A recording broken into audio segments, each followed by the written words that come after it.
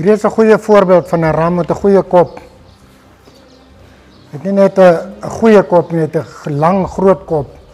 En jy sal sien dat pas nogal by sy lyf ook. As jy kyk die ram van sy oog na sy neus toe, hoe 'n lang kop het hy. Met goeie velle, met goeie breedte, met goeie horings, goeie nek. Ek dink wat die ram besonder maak is sy grootte vir sy ouderdom, is maar 'n 2-tand ram.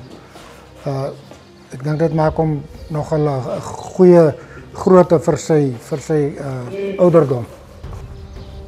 Right, this ram we've got here is a very good example. It's still a young 2-tooth ram.